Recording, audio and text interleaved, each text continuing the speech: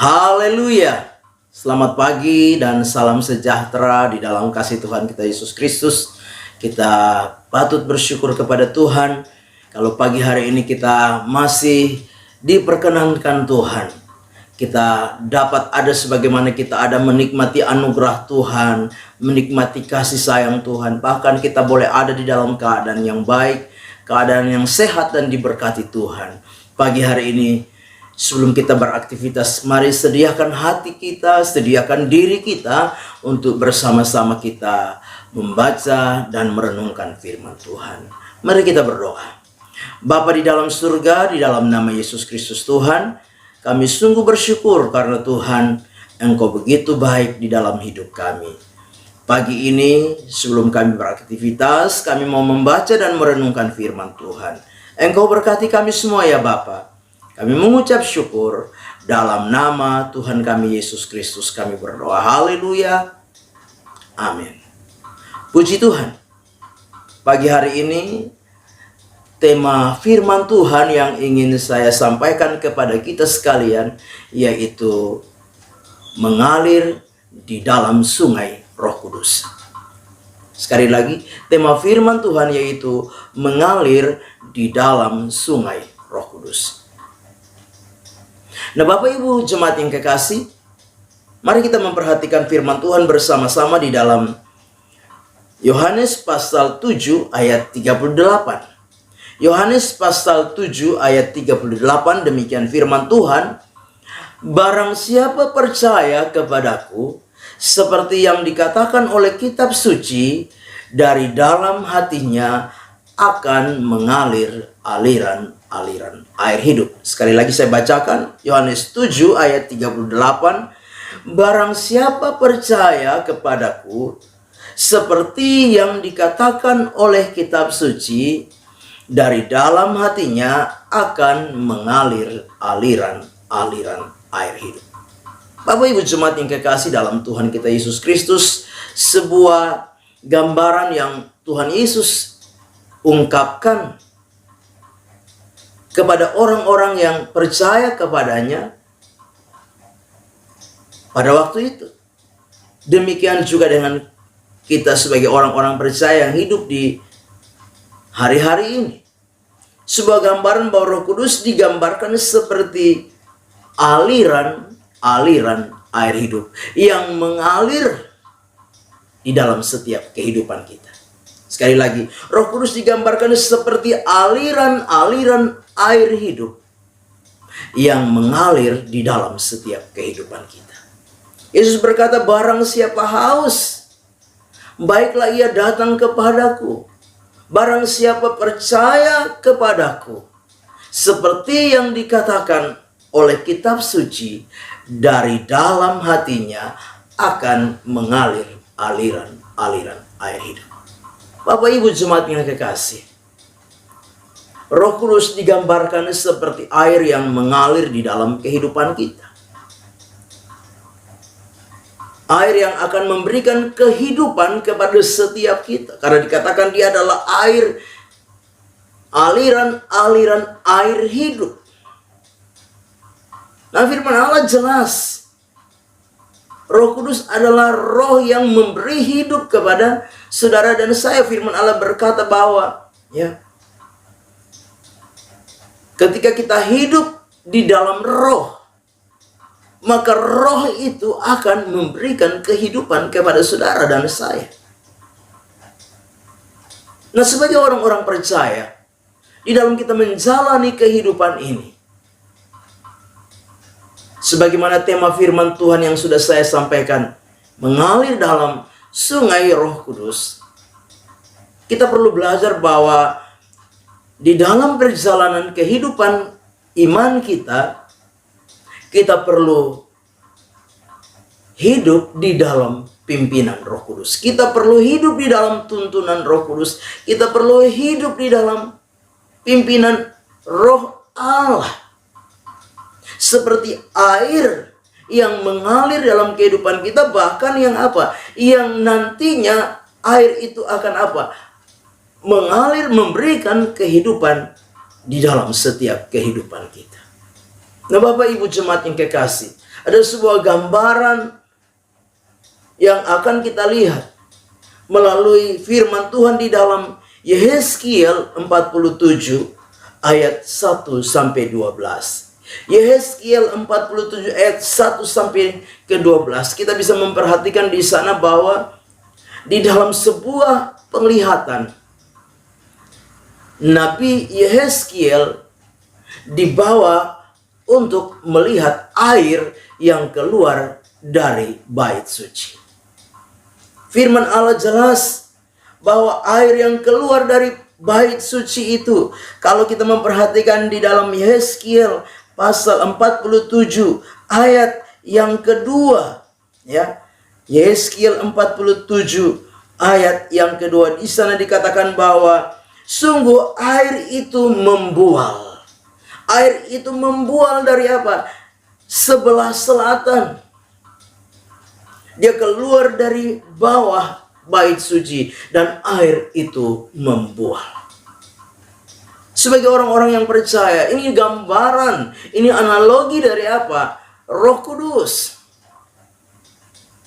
Dan di dalam penglihatan ini kita memperhatikan bahwa Yehezkiel dibawa untuk masuk ke air itu. Bapak Ibu jemaat yang kekasih, ketika Yehezkiel masuk untuk pertama kalinya, maka air itu hanya sebatas pergelangan kakinya saja. Kemudian lagi dia masuk untuk kedua kalinya, dan air itu sudah sampai di lututnya. Firman Allah jelas, kembali Yehezkiel disuruh masuk lagi, dan air itu sudah sampai di pinggangnya. Dan yang terakhir, ketika Yehezkiel masuk lagi di dalam air itu sudah menjadi sungai. Air itu sudah menjadi sungai. Tadi hanya sebatas pergelangan kaki, hanya sebatas lutut, hanya sebatas pinggang. Tetapi sekarang sudah seperti sungai. Sehingga apa? Orang tidak dapat lagi berjalan. Orang tidak dapat lagi melangkah. Kalau hanya sebatas mata kaki masih bisa melangkah dengan bebas. Kalau hanya sebatas lutut saja masih bisa melangkah, masih bisa berjalan walaupun tidak sebebas mata kaki. Tapi ketika air itu sudah sampai di pinggang, maka orang tidak bebas lagi berjalan. Apalagi sudah menjadi sungai, maka orang tidak dapat lagi berbuat apa-apa. Dia hanya bisa berenang, dia hanya bisa mengikuti sungai itu, kemana sungai itu mengalir. Gambaran bagaimana kehidupan kita ketika kita berproses hidup di dalam Roh Kudus. Kita mau dipimpin Roh Kudus, maka ada proses demi proses yang harus kita lewati. Proses yang mungkin tidak mengenakan, proses yang mungkin seolah-olah membatasi kita untuk melangkah, untuk bergerak, untuk beraktivitas. Semua langkah kita, semua perilaku kita, sifat kita, karakter kita dibatasi karena kita hidup di dalam pimpinan Roh Kudus. Lewat proses tahapan demi tahapan sampai kita ada di dalam sebuah sungai dan kita hanya bisa berenang di sana. Tidak dapat berbuat apa-apa. Kita dibawa oleh sungai Roh Kudus. Kita tenggelam di dalam sungai Roh Kudus.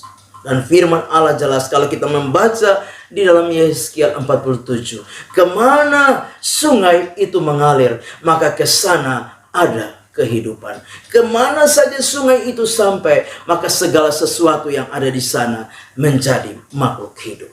Semua hidup gambaran dari Roh Kudus di dalam kehidupan kita.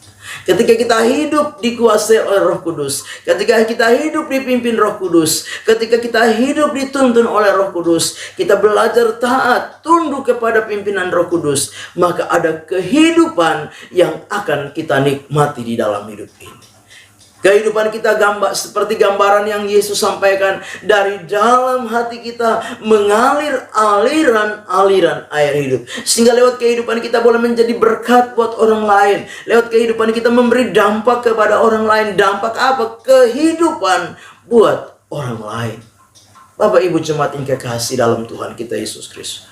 Bukanlah hal yang mudah. Bukanlah hal yang gampang. Tapi kalau kita mau belajar untuk tunduk taat, kita menaklukkan diri, menyerahkan diri secara sepenuhnya, secara total atas pimpinan Roh Kudus, tuntunan Roh Kudus di dalam setiap kehidupan kita, maka kehidupan kita akan memberi dampak kehidupan kepada orang-orang yang ada di sekitar kita. Sebab itu, sebagai orang-orang yang percaya kepada Kristus Yesus Tuhan, mari kita mau belajar. Mari kita mau belajar dan terus belajar dalam proses yang Tuhan izinkan. Ketika kita masuk di dalam air itu yang mengalir keluar dari bait suci itu, biarlah kita mengikuti proses yang ada. Mungkin hari ini kita sedang ada air itu hanya sebatas pergelangan kaki, atau mungkin hari ini sebatas lutut, atau mungkin hari ini sebatas pinggang, atau mungkin kita sedang berenang di sungai. Tapi marilah kita terus belajar.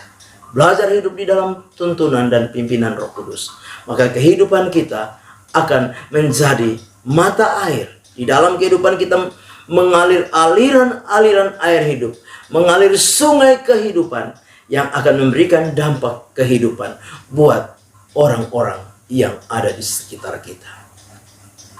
Tetaplah sungguh-sungguh di dalam Tuhan, tetaplah setia, tetaplah hidup di dalam tuntunan dan pimpinan Roh Kudus.